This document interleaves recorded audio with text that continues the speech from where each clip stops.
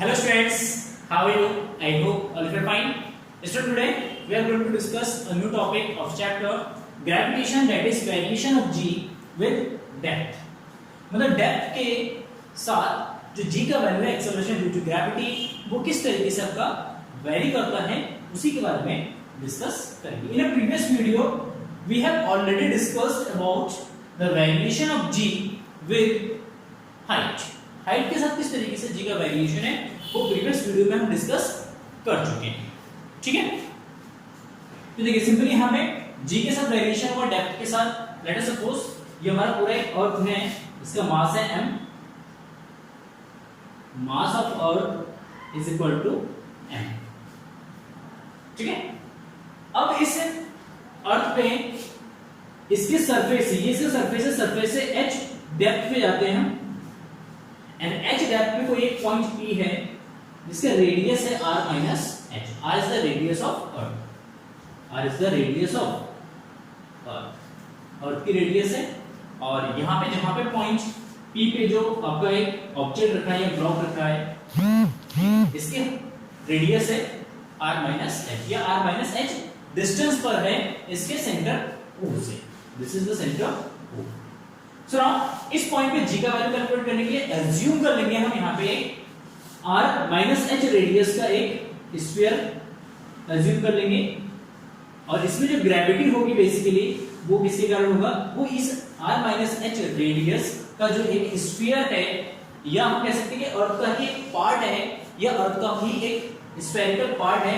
इस spherical part का जितना मास होगा उस मास के कारण यहाँ पे ग्रेविटी वर्क करेगी. पूरे अर्थ के मास के कारण ग्रेविटी यहाँ पे वर्क नहीं करेगा.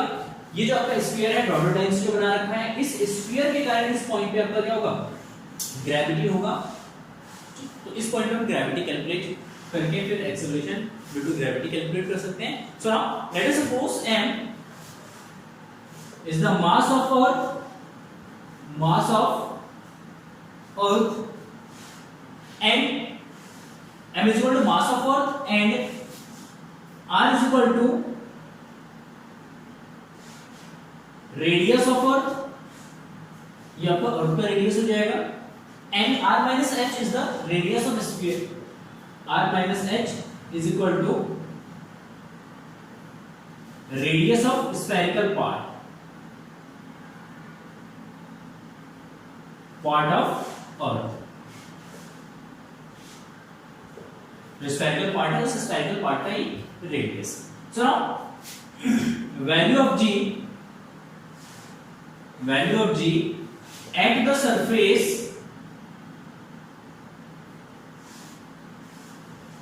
of the earth.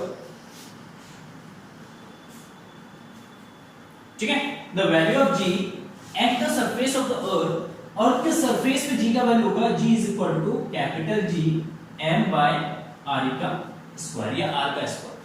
Simply g is equal to capital G m upon r e square. This is the value of g at the surface of the earth. It's very simple. So now next calculate करेंगे. Let करेंगे let this equation को first and let rho is the density of the earth.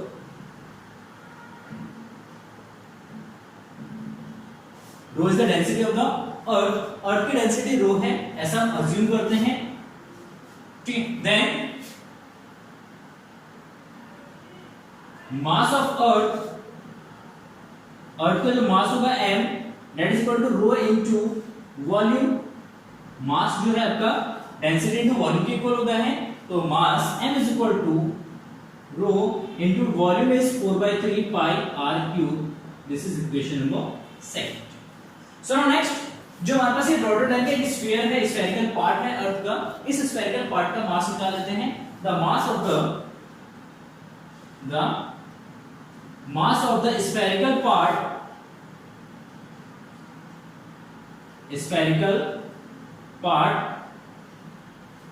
Of the earth, spherical part of the, ये भी earth का ही part है तो इसमें वॉल्यूम डेंसिटी आपका सेम रहेगा, वॉल्यूम चेंज होगा.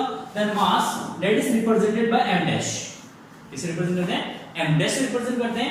m dash is equal to rho into 4 by 3 pi radius is r minus h का क्यूब, तो rho into 4 by 3 pi r h का क्यूब.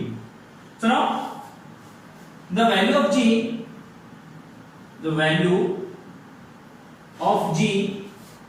at point P. देखिए इस पॉइंट P पे g का value कितना होगा, then value of g is equal to g dash या gh dash डेप्थ में निकालना है तो gs dash is equal to capital G, it is a gravitational constant, universal gravitational constant, value में चेंज नहीं आएगा, g कांस्टेंट रहेगा दोनों प्लेसेस के लिए. And g and m dash by radius है r minus h का square, g m dash by r minus h का square. And now substitute the values of m dash from equation this. So now we get g dash h is equal to g by r minus h का square into रो. देखिए m dash का value जाएगा रो into 4 by 3 pi r minus h का cube. देखिए इसको divide करेंगे तो यहाँ पे r minus h बचेगा आपका सिंपली, तो ये जो आपका 4 by 3 row pi g r minus h. This is the value of gs dash. Let us suppose this is equation number 3. ये इक्वेशन नंबर आपका 3 हो जाएगा. एंड इक्वेशन सेकंड थर्ड को इक्वेशन को फर्स्ट से डिवाइड करते हैं, then we get from equation second divided by third divided by equation first. Third को फर्स्ट से डिवाइड करेंगे, then we get g dash h by h g dash h by g is equal to 4 by 3 pi rho g r minus h divided by simply g, देखिए g by r square into m. यहाँ पे m का value substitute करेंगे equation second से, तो m is equal to rho 4 by 3 pi r cube. देखिए 4 by 3 pi से 4 by 3 pi cancel, रो से रो कैंसिल, g से g कैंसिल, r स्क्वायर से इसको डिवाइड करेंगे तो यहाँ बचेगा आपका r. तो फाइनली हमारे पास इक्वेशन यहाँ पे बचेगा सिंपली. देखिए स्मूथली डेरिवेशंस को करेंगे तो बहुत ही स्मूथ तरीके से डेरिवेशंस आपका इजीली हैंडल हो जाएगा. gh dash by g is equal to what? Now ऊपर बचेगा आपका r minus h divide by आपका बचेगा r, तो r minus h divide by r. so now we get 1 या r by r minus h by r, तो r से cancel हो जाएगा आपका 1 हो जाएगा, तो 1 minus h by r. तो g डैश और ये जो क्वांटिटी है ये आपका लेस देन 1 होगा, क्योंकि 1 माइनस h अपॉन r है, तो ये क्वांटिटी हमेशा 1 से लेस होगा, और ये क्वांटिटी 1 से लेस है, then g dash h by g is always less than 1 and then we get g h dash is less than g. तो इसका मतलब है अगर हम डेप्थ में जाते हैं और के सरफेस से अगर नीचे जाते हैं, डेप्थ पे जाते हैं, तो उस केस में भी आपका एक्सेलरेशन ड्यू टू ग्रेविटी जो है वो रिड्यूस होगा. एंड रिड्यूस होगा, कितना रिड्यूस होगा, तो यहाँ पे हम कैलकुलेट कर सकते हैं g h dash is equal to g का तो मल्टीप्लाई कर देंगे तो 1 minus h by r into g, 1 minus h by r into g. ठीक है, तो ये आपका फॉर्मूला हो जाएगा कि डेप्थ पे जाने पे एक्सेलरेशन ड्यू टू ग्रेविटी किस तरीके से वेरी करता है. What is the percentage change? Percentage change कितना होगा, परसेंटेज चेंज निकालना है तो g का तो मल्टीप्लाई कर देना, तो g minus gh by r, g को दे ले आना या इसको दे ले जाते हैं, तो g minus g dash s is equal to gh by r, g को इसके डिवाइड कर देना, g minus g dash h by g is equal to h by r. Then percentage change अगर निकालेंगे इसमें इस इक्वेशंस को 100 से क्या करेंगे, मल्टीप्लाई कर देंगे, तो यहाँ पे परसेंटेज चेंज आ जाएगा कि g में कितना परसेंट चेंज हो रहा है. So now g minus g dash h divided by g into 100 is equal to h by r into 100%. ये इसका परसेंटेज चेंज हो जाएगा कि g में कितना परसेंट चेंज हो रहा है, that is equal to h upon r into 100%. That's a very simple derivation. And now what is the weight of earth, weight of object at the center of the earth? Here at center of earth, अगर अर्थ के center पे चले जाएंगे तो gravity कितना होगा या acceleration due to gravity कितना होगा? At the center of the earth h is equal to r, h आपका r के बराबर हो जाएगा, रेडियस के बराबर हो जाएगा। एंड जब h r के बराबर हो जाए यहां पे सब्स्टिट्यूट कर देना, तो g h dash is equal to 1 minus h by h into r, यहां से g ये कैंसिल हो जाएगा, तो दैट इज इक्वल टू 0 या r बाय r लिखते हैं यहां पे सिंपल r बाय r लिखते हैं। ठीक है, तो r से कैंसिल है, 1 हो जाएगा 1 माइनस 1, 0 हो जाएगा 0 to g that is equal to 0। तो यहां पे g dash g h dash आपका कितना हो जाएगा? 0 हो जाएगा। सिंपली अगर ये 0 हो जाएगा इसका मतलब क्या है कि एक्सेलरेशन ड्यू टू ग्रेविटी अर्थ के सेंटर पे 0 है। देन वेट ऑफ ऑब्जेक्ट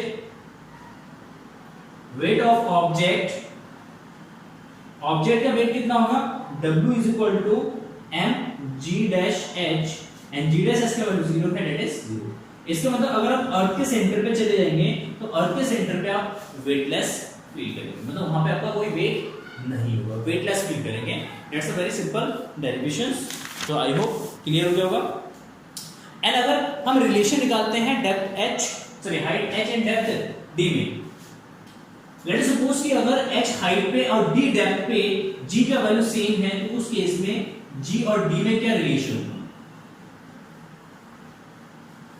ठीक है, एक अच्छा सा पॉइंट्स देखते हैं कि किस पॉइंट पे, किस हाइट पे और किस डेप्थ पे g का वैल्यू सेम है। किस हाइट पे और किस डेप्थ पे g का वैल्यू सेम है। So now let us see. Let h is equal to height of object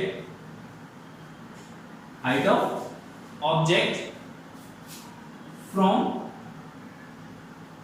the earth surface, topic है relation between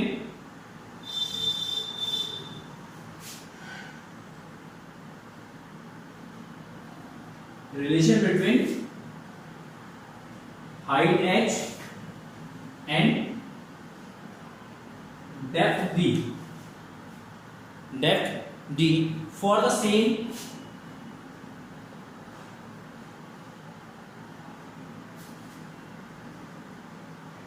values of g, मतलब g के सेम वैल्यूज के लिए क्या होगा? चलो, and let us suppose d is the depth from the earth surface से d depth है। Then according to question, then at h height पे g का वैल्यू एंड डेप्थ पे g का वैल्यू दोनों क्या है? सेम। देन हाइट पे g का वैल्यू एंड डेप्थ पे g का वैल्यू दोनों सेम है, तो इट मींस अगर हाइट पे g का वैल्यू अगर कैलकुलेट करेंगे, that is equal to g 1 minus 2h by r is equal to, अगर डेप्थ में जाएंगे अभी कैलकुलेट करा हमने, डेप्थ में g का वैल्यू कितना होता है? That is equal to g 1 minus h by d by, यहां पे डेप्थ ले लेते हैं d, h की जगह d से रिप्लेस कर देते हैं, तो d बाय r हो जाएगा। एंड g से g यहां पे कैंसिल हो जाएगा, तो 1 minus 2h by r is equal to 1 minus d by r, यहां से 1 से 1 कैंसिल हो जाएगा, माइनस से माइनस कैंसिल हो जाएगा, तो 2h by r is equal to d by r, यहां पे r से कैंसिल हो, तो d is equal to twice of h। इसका मतलब है इसको हम अगर एनालाइज करें या कंक्लूड करें, तो हम यहां पे ये एनालाइज कर सकते हैं कि अगर हम हाइट पे जाते हैं, अर्थ सरफेस से ऊपर जाते हैं, तो g का वैल्यू बहुत ही स्लो रेट से चेंज होता है, लेकिन वही अगर हम डेप्थ में जाते हैं तो बहुत फास्ट रेट से g का वैल्यू जो है वो क्या होता है? चेंज होता है। इसका मतलब सेम चेंज के लिए आपको d हाइट पे जाना, d डेप्थ पे जाना पड़ेगा, तो उसी के कंपैरिजन में ट्वाइस ऑफ हाइट पे आपको ऊपर जाना पड़ेगा। ठीक है, d इज सॉरी यहां पे d is equal to 2 of h, तो सॉरी अगर हम हाइट पे जाते हैं, स्टेटमेंट थोड़ा सा रॉन्ग हो गया, अगर हम हाइट पे जाते हैं तो g का वैल्यू बहुत ही फास्ट आपका क्या होता है? चेंज होता है, और डेप्थ पे जाने पे बहुत स्लो रेट से इट मींस एक बार एनालाइज कर लूं मैं इसको, h इज इक्वल टू 100 है 100 kilometre, then d is equal to आपका 200 किलोमीटर। इसका मतलब है कि ऊपर जाएंगे तो फास्ट रेट से g इंक्रीज होगा या चेंज होगा, नीचे जाएंगे तो स्लो रेट से इंक्रीज होगा या स्लो रेट से इसका चेंज होगा। ठीक है, मतलब 100 किलोमीटर हाइट ऊपर और 200 किलोमीटर डेप्थ में g का जो वैल्यू होगा वो हमारा सेम होगा। Is it clear? It's a very simple topic है, इसके रिलेटेड न्यूमेरिकल्स भी हम कर लेंगे नेक्स्ट लेक्चर्स में। And so now thank you for watching this video, have a nice day, bye bye.